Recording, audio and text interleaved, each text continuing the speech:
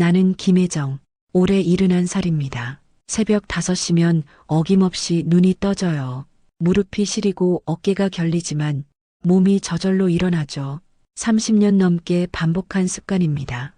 부엌에서 가스레인지에 불을 올리고 미역국을 끓이며 하루를 시작해요. 며느리 지영이 부엌으로 들어와 짠 음식을 하지 말라고 잔소리를 합니다. 손자 준호가 싫어한다는 이유였어요. 고마워한다는 말은 없었습니다.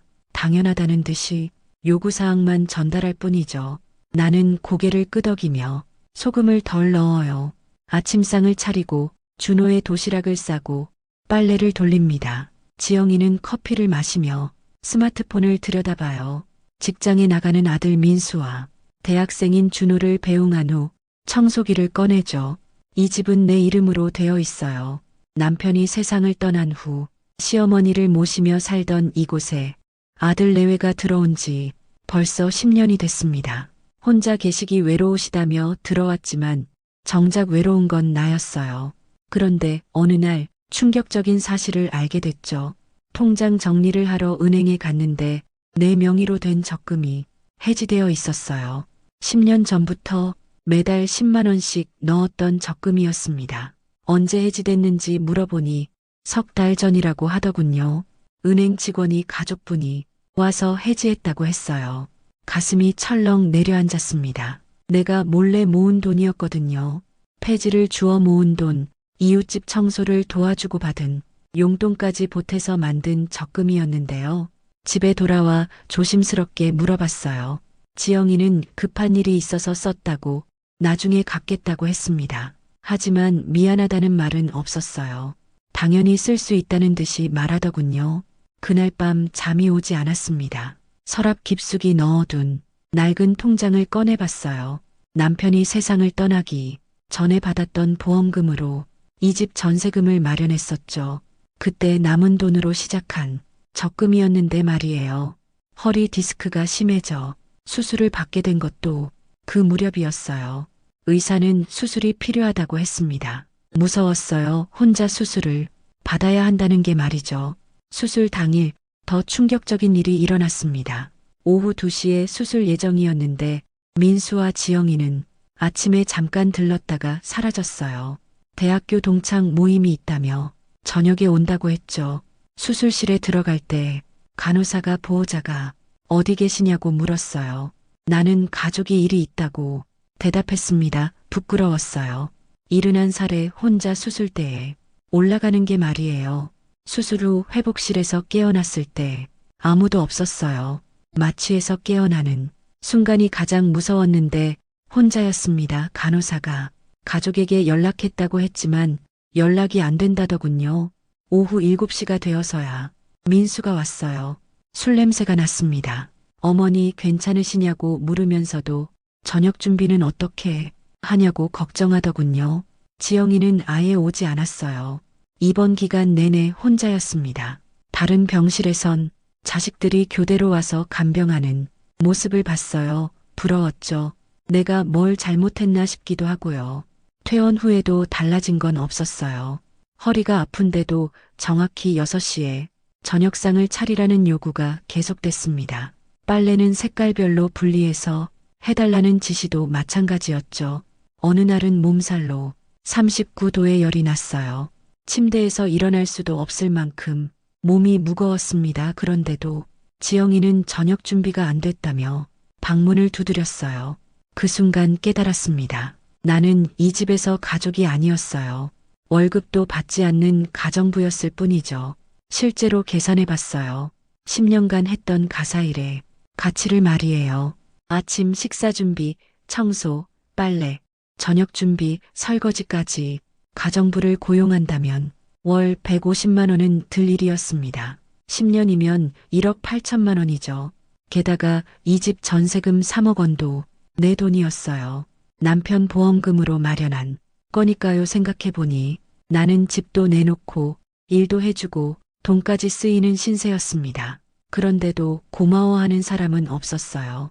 당연한 듯이 요구만 할 뿐이죠. 준호조차 할머니보다는 스마트폰이 더 중요한 것 같았어요. 밤늦게 거실을 지나다가 문득 거울을 봤습니다. 언제부턴가 등이 굽어 있었어요. 주름진 손으로 얼굴을 만져보니 김혜정이 아니라 누구네 어머니, 누구네 시어머니로만 살아온 세월이 느껴졌죠. 그때 깨달았어요. 나는 이른한 해을 살았지만 정작 김혜정으로 산 날은 얼마나 될까 하고 말이에요. 결혼하기 전 22살까지밖에 없었던 것 같습니다. 이제는 달라야 했어요. 남은 인생이라도 진짜 내 인생을 살고 싶었습니다. 적금 사건 이후로 며칠이 지났어요. 마음이 복잡했습니다. 그동안 내가 너무 민감하게 생각한 건 아닐까 싶기도 했죠. 어느 저녁 몸이 유난히 무거워서 일찍 방으로 들어갔어요. 문을 살짝 열어둔 채 누워 있었습니다. 거실에서 민수와 지영이의 목소리가 들려왔죠. 처음엔 그냥 일상적인 대화인 줄 알았어요. 그런데 점점 충격적인 내용이 나오기 시작했습니다.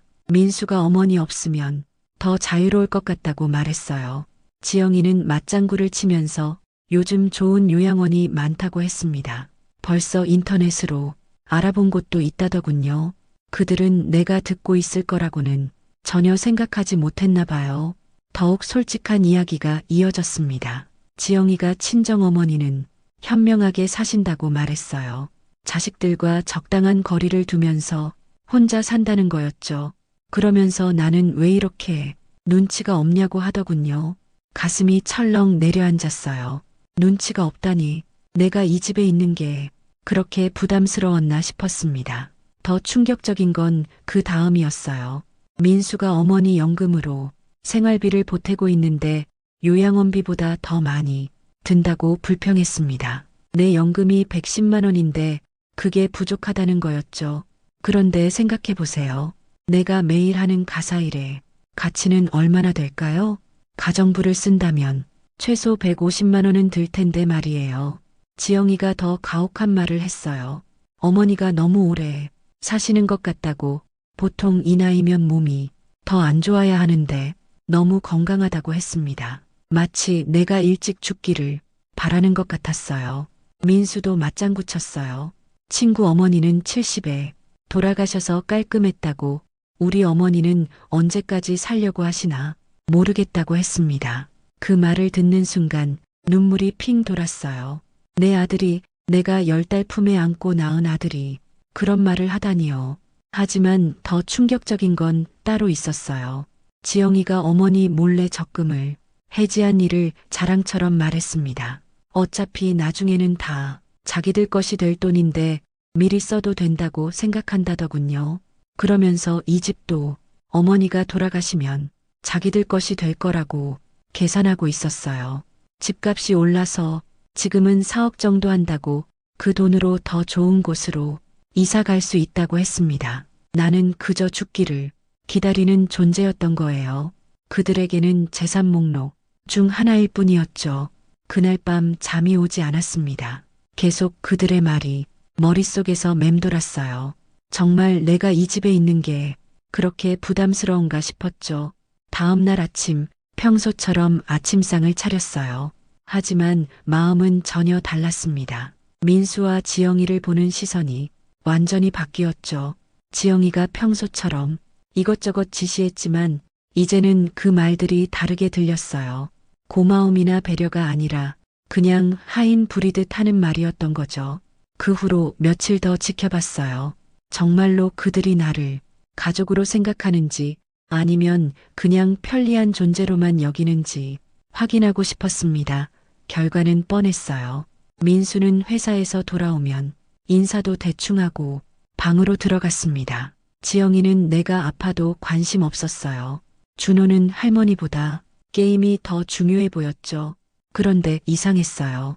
오히려 마음이 편해졌습니다. 그동안 내가 뭘 잘못했나 자책했는데 잘못한 게 없었던 거예요. 그들이 문제였던 거죠. 어느 날 혼자 예전 앨범을 뒤적이고 있었어요. 남편과 처음 만났던 강릉 바닷가 사진이 나왔습니다. 그때 나는 22살이었죠. 환하게 웃고 있었어요. 그 사진 속에 김혜정은 꿈이 많았어요. 남편과 함께 바닷가 마을에 작은 집을 갖고 싶다고 했었죠. 파도 소리를 들으며 살고 싶다고 말이에요. 그런데 언제부터인가 그 꿈을 잊고 살았어요. 결혼하고 아이를 낳고 시어머니를 모시면서 내 꿈은 뒤로 밀려났습니다. 남편이 돌아가신 후에는 더욱 그랬죠. 이제라도 늦지 않았을까요? 71살이지만 아직 건강해요. 내 다리로 걸을 수 있고 내 손으로 요리할 수 있습니다. 그날 밤 결심했어요. 강릉에 가보자고 말이에요. 남편과의 추억이 있는 그곳에서 진짜 내 인생을 시작해보자고요. 그 사진을 보니 더 많은 기억이 떠올랐어요. 남편 영수와 처음 강릉에 갔을 때 우리는 경포대 앞 작은 카페에 앉아 있었습니다. 영수가 그랬어요. 나중에 나이 들면 이런 바닷가 마을에 작은 집을 짓고 살자고 말이에요. 아침마다 바다를 보며 커피를 마시고 저녁에는 산책하면서 파도 소리를 듣자고 했죠. 그때 나는 22살이었어요. 꿈이 많았습니다. 영수와 함께라면 뭐든 할 수 있을 것 같았어요. 아이가 생기면 바닷가에서 모래성도 쌓아주고 조개도 주워주고 싶었죠. 민수가 태어나고 나서도 그 꿈을 포기하지 않았어요. 아이가 좀 크면 강릉으로 이사 가자고 영수에게 말했습니다. 하지만 현실은 달랐죠. 시어머니 모셔야 하고 민수 학교 문제도 있고 영수 직장도 서울이었으니까요. 그러면서 점점 그 꿈을 잊어갔어요. 민수가 중학생일 때는 이렇게 말했었죠. 민수야, 엄마는 내가 잘 되는 게 꿈이야. 엄마 꿈은 나중에 생각하자. 그때 민수가 고개를 끄덕이며 열심히 공부하겠다고 했던 모습이 떠올랐어요. 대학 등록금을 마련하려고 새벽부터 시장에서 일했던 기억도 났습니다. 손이 터서 피가 났는데도 민수 앞에서는 아프다는 소리 안 했어요. 내 아들이 남부럽지 않게 살았으면 하는 마음뿐이었거든요. 그런데 지금 그 아들이 나보고 언제까지 살려고 하냐고 말하다니 가슴이 너무 아팠어요. 다음 날 아침 장 보러 시장에 나갔는데 평소보다 마음이 무거웠어요. 그런데 채소 가게에서 우연히 옆 동네 박할머니를 만났습니다. 박할머니는 나보다 2살 많으신데 항상 밝으셨어요. 그날도 환하게 웃으시며 인사하시더군요. 요새 어떻게 지내시냐고 물어보니 정말 행복하다고 하셨어요. 작년에 혼자 살기 시작했다는 거예요. 아들, 딸이 함께 살자고 했지만 정중히 거절했다고 하시더군요. 대신 한 달에 한두 번씩 만나서 밥 먹고 가끔 여행도 함께 간다고 했어요. 박할머니가 말하길 혼자 사니까 얼마나 편한지 모른다고 했어요. 아침에 늦게 일어나도 되고 보고 싶은 드라마도 마음껏 볼 수 있고 그리고 자식들과 관계도 더 좋아졌대요. 서로 부담스러워하지 않으니까 만날 때마다 반갑다면서요. 박할머니 얼굴이 정말 밝았어요. 70대 중반인데도 화장도 하시고 옷차림도 단정하셨습니다. 뭔가 당당해 보였어요. 처음엔 자식들이 걱정했는데 지금은 엄마가 현명하다고 해요. 친구들도 부러워하고요. 요새는 독거노인 프로그램도 많고 이웃들과도 친하게 지내거든요. 집으로 돌아오는 길에 계속 박할머니 말이 머릿속에서 맴돌았어요. 나도 저렇게 살 수 있을까? 정말로 가능한 일일까? 그런데 왜 안 되겠어요? 나도 건강하고 생각도 멀쩡해요.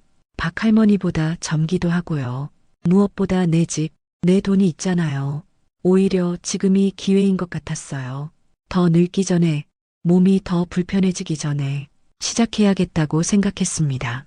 인터넷으로 강릉 부동산을 검색해 봤어요. 바다가 보이는 작은 아파트들이 많았습니다. 가격도 서울보다 훨씬 저렴했어요. 계산해 보니 이 집을 팔면 강릉에서 충분히 살 수 있었어요. 남은 돈으로 여유롭게 지낼 수도 있었습니다. 하지만 가장 중요한 건 돈이 아니었어요. 자유였습니다. 누구 눈치 보지 않고 내가 하고 싶은 대로 살 수 있는 자유 말이에요. 다음 날부터 조용히 준비를 시작했어요. 먼저 부동산에 전화를 걸어서 시세를 알아봤습니다. 이 집이 지금 4억 정도 한다고 하더군요. 강릉에서는 1억 정도면 바다 보이는 집을 살 수 있었어요. 그리고 강릉 부동산에도 연락했습니다. 몇 군데 괜찮은 매물을 추천받았어요. 다음 주에 직접 보러 가기로 했죠. 준비를 하면서 마음이 두근거렸어요. 무서우면서도 설렜습니다.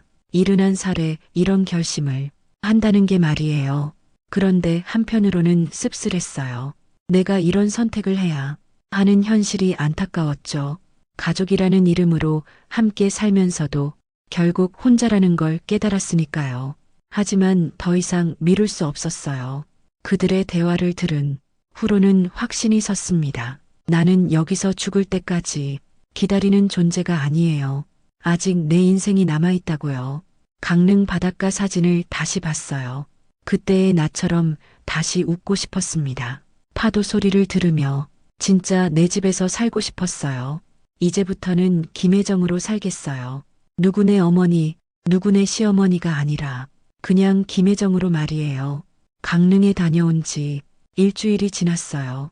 마음에 드는 집을 찾았습니다. 바다가 보이는 25평 아파트였죠. 가격도 괜찮았어요. 바로 계약하고 왔습니다. 이제 진짜 실행에 옮길 때였어요. 마음의 준비는 다 끝났으니까요. 부동산 중개소에 전화를 걸어 우리 집을 매물로 내놓았어요. 담당자가 이 지역 아파트는 인기가 좋아서 금방 나갈 거라고 했습니다. 정말 그랬어요. 일주일 만에 신혼부부가 보러 와서 바로 계약하겠다고 했어요. 모든 준비를 마치고 기다렸어요. 민수와 지영이가 부산 여행에서 돌아오는 날을 말이에요. 그들이 없는 사이에 이사박스를 준비했습니다. 50년 넘게 모은 살림을 정리하는 건 쉽지 않았어요. 추억이 담긴 물건들이 너무 많았거든요. 민수 어렸을 때 그림, 남편과 찍은 사진들, 시어머니가 쓰시던 그릇들까지 하나하나 정리하면서 눈물이 났습니다. 하지만 이제는 훌훌 털어내야 했어요. 과거에 매달려 있을 수는 없으니까요. 드디어 그날이 왔어요. 민수와 지영이가 부산에서 돌아왔습니다. 현관문을 열고 들어오더니 거실 가득 쌓인 이사박스를 보고 얼굴이 하얗게 변했어요. 지영이가 뭐 하는 거냐며 당황해서 물었어요. 민수는 멍하니 서서 박스들을 바라보고 있었습니다. 나는 차분하게 말했어요. 이사 가려고 짐을 쌌다고, 그리고 집을 팔았다고 말이에요. 지영이는 그럼 자신들은 어떻게 하라고 묻더군요. 그 순간이 왔네요. 기다렸던 순간 말이에요. 그동안 나에게 했던 것처럼 알아서 하라고 답했어요. 목소리가 생각보다 차분했습니다. 오히려 마음이 후련했어요. 민수가 어머니 뭔 소리냐며 황당해했어요. 자신들과 의논도 없이 어떻게 그럴 수 있냐고 따졌습니다. 웃음이 나왔어요. 의논이요? 그동안 내 일에 의논해본 적이 언제 있었나요? 적금 해지할 때도 의논 없이 했잖아요. 이 집이 내 이름으로 되어 있다는 건 당연히 알고 있었겠지만 정작 이 집을 내가 마련했다는 사실은 잊고 있었던 것 같아요. 남편이 돌아가신 후 받은 보험금으로 전세금을 마련했다고 설명했어요. 그동안의 생활비도 집안일도 모두 당연한 것으로 여겨왔다고 말했습니다. 하지만 이제는 다르다고 내 인생을 살겠다고 했어요. 금요일까지 짐을 빼달라고 했어요. 사흘의 시간을 준 거였습니다. 충분하다고 생각했어요. 그런데 민수가 한 말이 가관이었어요. 사과하는 대신 집 한 돈은 어떻게 할 거냐고 물었습니다. 그 돈으로 어디서 살 거냐고, 혼자서 어떻게 살 거냐고 걱정하는 척했어요. 하지만 진짜 걱정은 다른 거였죠. 그들이 예상했던 유산이 사라진다는 걱정이었어요. 그 질문을 듣는 순간 내 결정이 완전히 옳았다는 확신이 들었어요. 끝까지 돈 이야기만 하는구나 싶었습니다. 사실 나는 이미 모든 준비를 마친 상태였어요. 집 한 돈 4억 원 중에서 1억 원으로 강릉집을 샀고 나머지 3억 원은 내가 편안하게 살기에 충분한 돈이었어요. 하지만 그 사실까지 굳이 말해줄 필요는 없었어요. 그들이 걱정할 일이 아니니까요. 지영이가 어머니 혼자 어떻게 사냐며 걱정하는 척했어요. 하지만 그 눈빛에서는 다른 감정이 보였습니다. 당황과 원망이었죠. 나는 담담하게 대답했어요. 당신들보다 오래 혼자 살아봤다고 걱정할 필요 없다고 말이에요. 결혼하기 전 22년 남편 돌아가신 후 10년 이미 30년 넘게 실질적으로 혼자 살았거든요. 그 말에 두 사람 다 할 말이 없어 보였어요. 사실이었으니까요. 저녁 무렵 준호가 학교에서 돌아왔어요. 이사박스를 보더니 어디 가냐고 물었습니다. 할머니가 강릉으로 이사 간다고 하니까 갑자기 울기 시작했어요. 그 모습을 보니 마음이 아팠어요. 그래도 이 집에서 유일하게 나를 할머니로 대해준 아이였거든요. 하지만 이제는 역할로서의 할머니와 작별해야 했어요. 앞으로는 진짜 할머니가 되고 싶었습니다. 가끔 만나서 반가워할 수 있는 서로 부담스럽지 않은 관계 말이에요. 준호에게 말했어요. 할머니가 멀리 가는 건 아니라고 가끔 만날 수 있다고요. 하지만 이제는 할머니도 할머니만의 인생을 살아야 한다고 설명했어요. 그 아이가 고개를 끄덕였어요. 완전히 이해하지는 못했겠지만 뭔가 심각한 일이라는 건 알았나 봐요. 그날 밤 민수가 내 방으로 와서 다시 얘기해보자고 했어요. 어머니가 화나신 건 이해한다고 앞으로는 더 잘해드리겠다고 했습니다. 하지만 너무 늦었어요. 이미 내 마음은 정해졌거든요. 더 잘해준다는 건 결국 같은 구조 안에서 조금 더 친절하게 대하겠다는 뜻이잖아요. 나는 아예 다른 삶을 원했어요. 누구의 어머니, 누구의 시어머니가 아니라 김혜정으로 사는 삶 말이에요. 민수에게 말했어요. 마음은 고맙지만 이미 결정한 일이라고 서로에게 이게 좋을 거라고요. 너무 가깝게 살면 서로 부담스럽다고 적당한 거리를 두고 사는 게 낫다고 했어요. 다음 날부터 민수와 지영이는 바쁘게 집을 알아보기 시작했어요. 전세금이 없어서 고생하는 것 같았지만 그건 그들이 해결할 문제였어요. 지영이가 몇 번 더 시도해봤어요. 어머니 마음을 돌려보려고요. 그동안 어머니께 정말 고마웠다고 앞으로는 딸처럼 모시겠다고 했습니다. 하지만 이미 들어버린 말들이 있었어요. 내가 언제까지 살 거냐고 너무 오래 산다고 했던 말들 말이에요. 그런 말들을 한 사람이 갑자기 달라질 리 없었어요. 무엇보다 나는 이제 자유로워지고 싶었어요. 누구 눈치도 보지 않고 내가 하고 싶은 대로 살고 싶었습니다. 목요일이 되었어요. 내일이면 그들이 나가는 날이었죠. 준호가 또 울면서 할머니를 따라가겠다고 했어요. 부모님이 싫다고 할머니가 더 좋다고 했습니다. 순간 마음이 흔들렸어요. 이 아이만큼은 데려갈까 하는 생각도 들었거든요. 하지만 그럴 수는 없었어요. 그 아이에게도 부모와 함께 사는 게 좋을 거라고 생각했습니다. 대신 약속했어요. 방학 때는 강릉으로 놀러 오라고 바다 구경도 하고 회도 먹자고 했어요. 그 말에 준호가 조금 위로받는 것 같았어요. 금요일 아침 드디어 그들이 집을 나갔어요. 마지막까지 민수는 어머니 생각을 바꿔달라고 했지만 나는 흔들리지 않았습니다. 지영이는 끝까지 원망스러운 표정이었어요. 하지만 그것도 이해했어요. 갑자기 전세금도 없이 나가야 하니까 화가 날 만했죠. 그래도 나는 후회하지 않았어요. 내 남은 인생은 내가 사는 게 맞다고 생각했거든요. 집이 텅 비니까 이상하게 마음이 편했어요. 조용했지만 평온했습니다. 이제 정말로 내 시간이 시작된다는 느낌이었어요. 다음 주면 강릉으로 떠날 예정이었어요. 이른한 살의 새 출발, 기대되면서도 두려웠습니다. 하지만 분명한 건 이제는 진짜 김혜정으로 살 수 있다는 거였어요. 강릉에 온 지 일주일이 지났어요. 바다가 보이는 25평 아파트는 서울 집에 비하면 절반도 안 되지만 온전히 내 것이라는 게 중요했습니다. 친구 경숙이가 이사를 도와줬어요. 경숙이는 벌써 3년 전에 혼자 살기 시작했는데 처음엔 외로웠지만 지금은 너무 자유롭다며 웃었습니다. 새집 첫날 밤 파도 소리가 들렸어요. 이상하게 마음이 평온했습니다. 아무도 깨우지 않아도 되고 아무도 내 발소리를 신경 쓰지 않아도 되는 공간이었어요. 하지만 모든 게 순탄했던 건 아닙니다. 첫 주는 정말 힘들었어요. 새벽에 잠에서 깨면 습관적으로 일어나려고 했다가 아무도 챙겨줄 사람이 없다는 걸 깨달았어요. 50년 넘게 누군가를 위해 살았는데 갑자기 나만을 위해 산다는 게 어색했습니다. 가스레인지 앞에 서서도 뭘 해야 할지 몰랐어요. 김치찌개를 끓이려다가 나 혼자 먹을 건데 왜 이렇게 많이 만드나 싶었죠. 혼자 사는 요리법을 새로 배워야 했어요. 밤이 되면 외로웠습니다.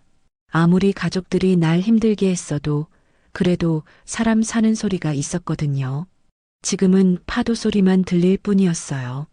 며칠째 이런 상태가 계속되니까 내가 잘못 선택한 건 아닌가 하는 생각도 들었어요. 정말 혼자 살 수 있을까 의심스러웠습니다. 그러던 중 이웃집 할머니를 만났어요. 아침 산책을 하다가 우연히 마주쳤는데 먼저 인사를 건네시더군요. 새로 이사 오셨냐고, 어디서 오셨냐고 물어보셨어요. 서울에서 왔다고 하니까 대단하다고 하셨어요. 혼자 사시냐고 물어서 그렇다고 답했습니다. 그랬더니 자신도 혼자 산다며 반가워 하시더군요. 이 할머니는 최영자 씨라고 하셨어요. 나보다 3살 아래였는데 벌써 강릉에서 혼자 산지 5년이 됐다고 했습니다. 영자 씨가 함께 산책하자고 제안했어요. 몇 년 만에 내 의지로 약속을 잡는 일이었습니다. 그렇게 우리는 매일 아침 바닷가를 걸었어요. 영자 씨를 통해 이 동네 사정을 많이 알게 됐어요. 마트는 어디가 좋고 병원은 어디로 다녀야 하고 맛있는 식당은 어디에 있는지 차근차근 알려주셨습니다. 그런데 어느 날 영자 씨가 이상한 말을 했어요. 자식들이 정말 효자라고 매달 용돈도 보내주고 안부도 자주 묻는다고 자랑하시더군요. 그러면서 나는 어떠냐고 물어봤어요. 순간 마음이 무거워졌습니다. 내 상황을 설명하기가 어려웠거든요. 가족과 잘 지낸다고 둘러댔지만 속으로는 부러웠어요. 그날 밤 혼자 생각해 봤어요. 정말 내가 잘못 선택한 건 아닐까? 다른 사람들은 자식들과 화목하게 지내는데 나만 이렇게 혼자 떨어져 사는 게 아닌가 싶었어요. 며칠 더 지나니까 더 힘든 일이 생겼어요. 택시를 탔는데 기사가 바가지를 씌우려고 했습니다. 강릉이 처음이냐며 관광지 요금을 부르더군요. 예전 같으면 그냥 참고 줬을 거예요. 괜히 문제 만들기 싫어서 말이죠. 하지만 이번에는 달랐어요. 당당하게 말했습니다. 나도 이 동네 주민이라고 정확한 요금만 받으라고 했어요. 기사가 당황하더니 사과했어요. 그때 깨달았습니다. 내가 변했다는 걸 말이에요. 예전에는 참고 살았지만 이제는 당당하게 내 목소리를 낼 수 있게 된 거죠. 그 후로 마음가짐이 달라졌어요. 외로워도 괜찮다고 새로운 환경에 적응하는 시간이 필요한 거라고 생각했습니다. 시장에 장 보러 갔을 때도 달라진 걸 느꼈어요. 예전에는 가족들 입맛에 맞춰서 장을 봤는데 이제는 내가 먹고 싶은 것만 골랐어요. 좋아하는 전복도 사고 비싼 한우도 조금 샀습니다. 상인 아주머니가 혼자 사시냐며 친근하게 물었어요. 그동안 누구네 어머니, 누구네 할머니로만 불렸는데 여기서는 김혜정으로 소개할 수 있었어요. 집에 돌아와서 내 입맛에 맞춰 반찬을 만들었어요. 짜게도 해보고 매콤하게도 해봤습니다. 누구 눈치도 보지 않는 식사가 이렇게 맛있을 줄 몰랐어요. 저녁을 먹고 나서는 베란다에 나가 바다를 봤어요. 석양이 바다를 붉게 물들이고 있었습니다. 파도 소리를 들으며 문득 남편 영수가 생각났어요. 영수야, 우리 약속 기억해? 나이 들면 바닷가에서 살자고 했잖아. 지금 와서야 그 약속을 지키게 됐어. 좀 늦었지만 말이야. 마음속으로 남편에게 말했어요. 그러니까 걱정하지 말고 이제 나도 내 인생을 살아볼게라고 했습니다. 그렇게 한 달이 지났어요. 점점 혼자 사는 일상에 익숙해졌습니다. 아침에는 영자 씨와 산책하고 오전에는 집안일을 하고 오후에는 독서나 TV 시청을 했어요. 영자 씨 소개로 동네 노인정에도 나가기 시작했어요. 거기서 비슷한 또래분들을 만났습니다. 다들 나름의 사연이 있었지만 혼자 사는 삶에 만족하고 계셨어요. 그분들과 함께 게이트볼도 하고 노래교실도 다녔어요.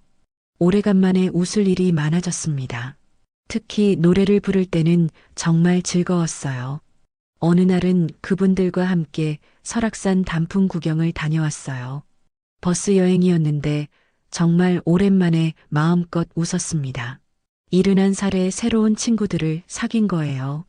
그런데 가끔은 가족 생각이 났어요. 특히 준호 생각이 많이 났습니다. 그 아이는 어떻게 지내고 있을까? 할머니를 그리워하고 있을까 싶었어요. 하지만 흔들리지 않았어요. 이제는 확신이 있었거든요. 내가 선택한 길이 옳다는 확신 말이에요. 2달째가 되니까 완전히 다른 사람이 된 기분이었어요. 거울을 보니 얼굴도 밝아져 있었습니다. 굽었던 등도 조금 펴진 것 같았어요. 영자 씨가 그러더군요. 처음 봤을 때보다 훨씬 젊어 보인다고, 표정이 편안해졌다고 했어요. 정말 그런 것 같았습니다. 내가 원하는 시간에 일어나고, 내가 먹고 싶은 걸 해먹고, 내가 하고 싶은 일을 하며 사니까 행복했어요. 이런 게 진짜 내 인생이구나 싶었습니다. 어느 일요일 아침 바다에서 일출을 봤어요. 파도가 주황빛으로 반짝이는 모습이 너무 아름다웠습니다. 그 순간 마음속으로 중얼거렸어요. 이른한 해를 살았지만 이제야 진짜로 김혜정으로 살고 있다고. 누구네 어머니, 누구네 시어머니가 아니라 그냥 김혜정으로 말이에요. 바람이 시원하게 불어왔어요. 마치 새로운 시작을 축복해주는 것 같았습니다.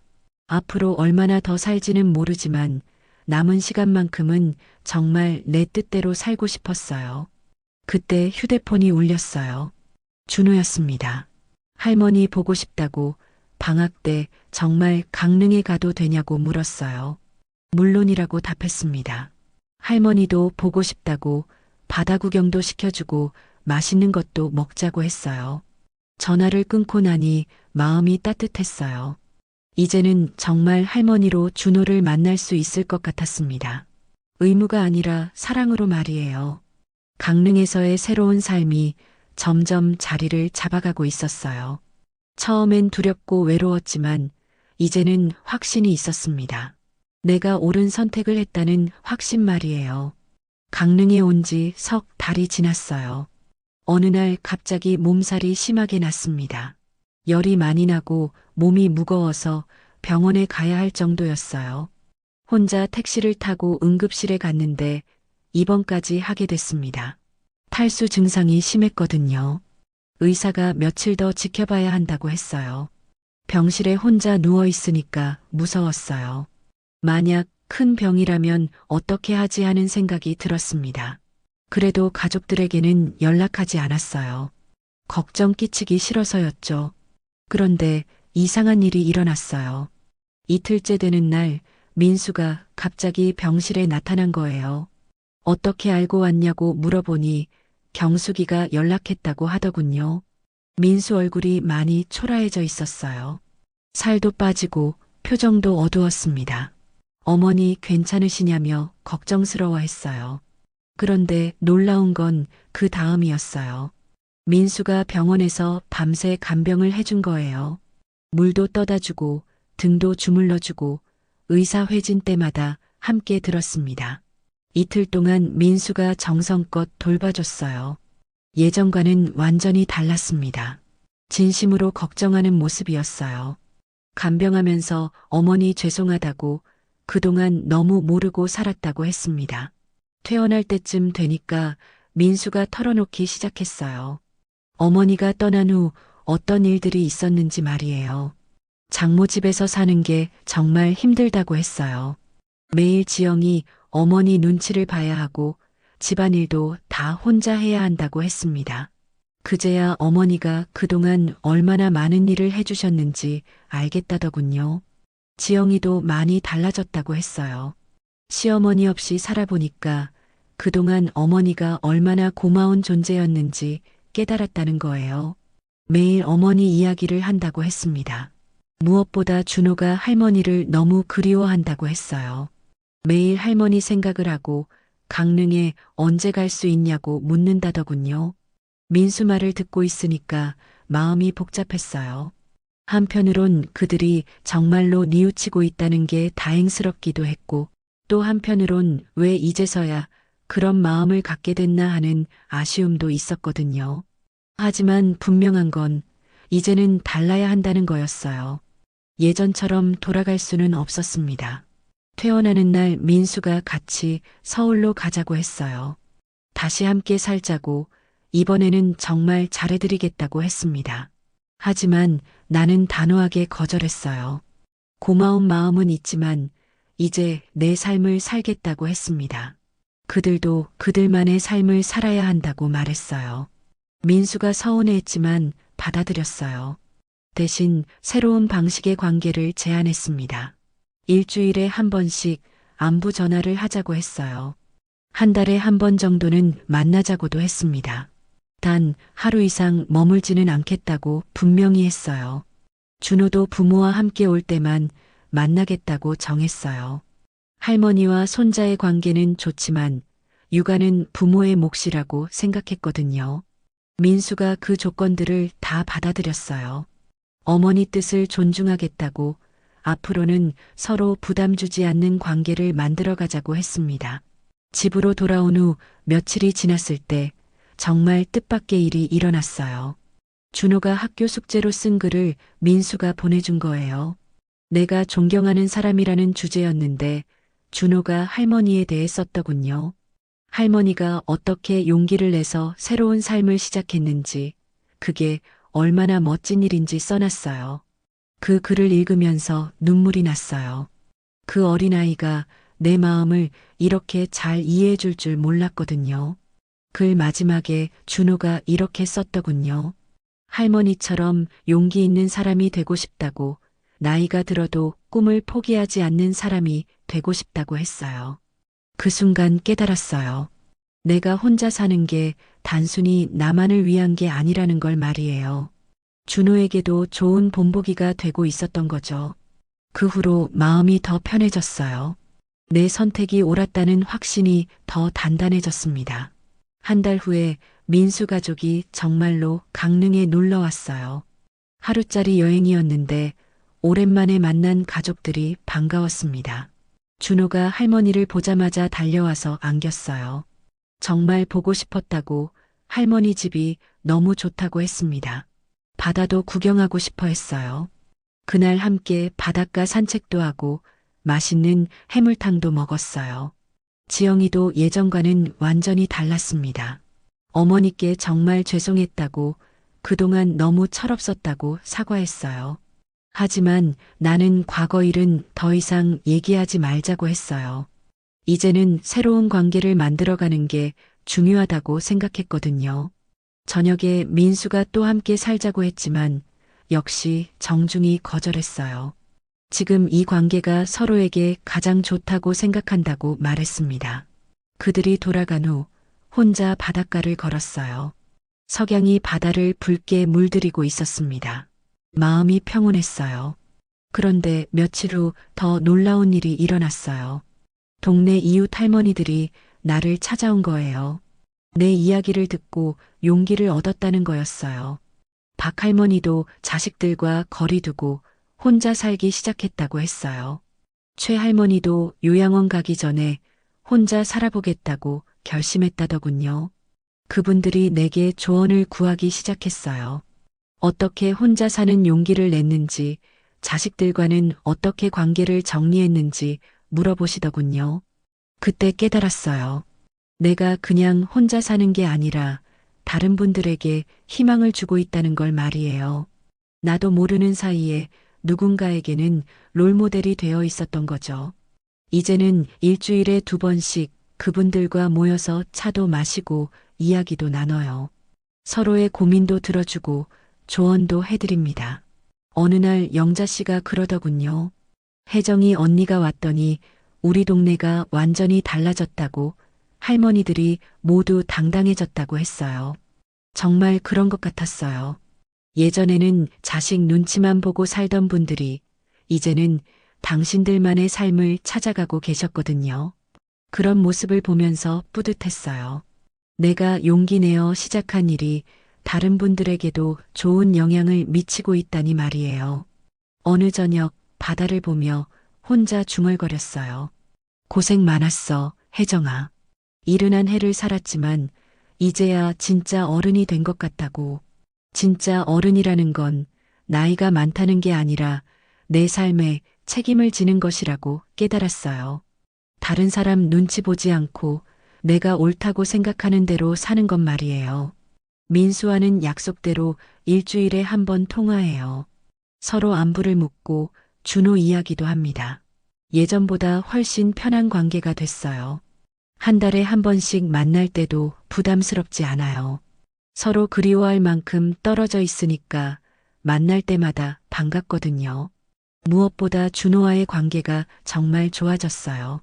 방학 때마다 강릉에 와서 할머니와 시간을 보내는데 정말 행복합니다. 의무가 아니라 사랑으로 만나니까 더 소중해요. 지난주에는 준호가 친구들에게 할머니 자랑을 했다는 이야기를 들었어요. 할머니가 71살에 새로운 도전을 했다고 정말 멋있다고 말했다더군요. 그 이야기를 듣고 마음이 뿌듯했어요. 내가 준호에게 좋은 영향을 주고 있다는 게 느껴졌거든요. 이제는 확신해요. 내가 선택한 길이 옳다는 걸 말이에요. 가족과 멀리 떨어져 사는 게 아니라 건강한 거리를 두고 사는 거라고 생각해요. 서로를 사랑하되 의존하지 않고 그리워하되 부담 주지 않는 관계. 그게 진짜 가족의 모습이 아닐까 싶어요. 바다를 보며 마지막으로 혼잣말했어요. 이제 진짜 내 인생을 살고 있다고. 71살의 늦은 시작이지만 이제야 나만의 진짜 봄이 온 것 같다고 말이에요.